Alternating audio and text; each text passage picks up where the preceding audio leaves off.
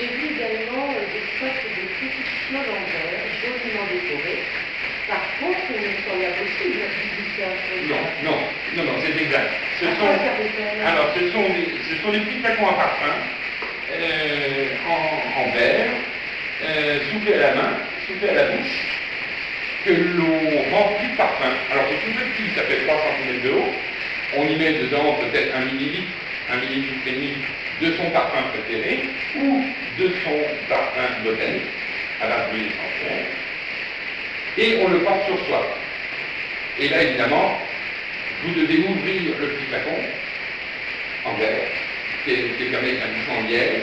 Vous devez l'ouvrir pour disposer, soit pour les dames, évidemment, dans le creux des oreilles, et dans le creux, évidemment, des avant-bras, au niveau des poignets. Et là, vous reparfumez en ayant vos huiles essentielles sur vous. Pour les parfums synthétiques, bon, ça marche forcément. Mais ce qui est intéressant de voir, c'est l'aspect vibration. En fait, le verre est une matière naturelle. Les huiles essentielles qu'on va utiliser pour faire des parfums botaniques sont des matières naturelles. Et tout ça vibre le mieux possible en harmonie avec le corps. C'est toute une approche quantique de la vibration des huiles essentielles du verre et de l'organisme. C'est une approche ayurvédique de la vibration moléculaire. C'est toute une science. On n'est plus dans le domaine de la biochimie, là, on est plus dans le domaine du spirituel à la limite.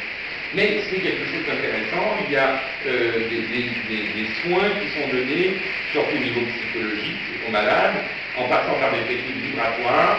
Il y a un grand spécialiste en France, enfin, il y en a même plusieurs, et donc c'est des techniques qui, évidemment, ne sont pas très scientifiques, mais qui sont pleines d'espoir malgré tout. Écoutez, l'exemple qu'on peut donner, un exemple tout bête.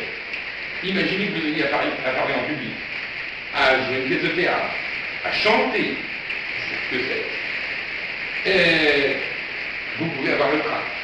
Pour éviter le trac, pour avoir une verve, on va dire, la meilleure possible, ou placer votre voix de la meilleure façon si vous devez chanter en public, il existe une huile essentielle, très simple, enfin pas l'huile essentielle, mais la plante, elle pousse dans nos jardins.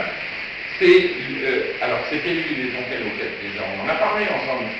Le laurier noble. Eh bien voilà, c'est ça, c'est le laurier noble, celui qu'on met dans le fichetier. Alors on distille les feuilles de ce laurier noble et on obtient l'huile essentielle de laurier, Laurus nobilis. Vous ne ferez pas croire qu'il n'y a pas un lien entre ce cocktail de molécules qui est l'huile essentielle de laurier noble et toute l'histoire qu'il y a autour du mot laurier. Autour du mot laurier, vous avez les grandes victoires. Vous avez toute la Grèce, vous avez Rome, la couronne de laurier qu'on mettait sur la tête des empereurs. Ce laurier en question, c'est un don de la nature. C'est un don de la nature, et quand vous avez la chance d'en avoir sous la main et de pouvoir vous en faire déposer, par exemple, sur les poignets, quelque temps avant de prendre la parole, ou d'avoir de chanter, ou de jouer la comédie, ou que sais-je, vous allez voir, vous allez décupler vos fonctions intellectuelles, vos fonctions physiques, vous allez être déstressé, le trac va disparaître, et vous réussirez ce que vous avez entrepris de faire. Pourquoi ne pas l'avoir appris plus tôt? Moi, je suis très angoissée dès que je dois prendre la parole en public. Ah bah écoutez, voilà, vous aurez au moins appris ça aujourd'hui.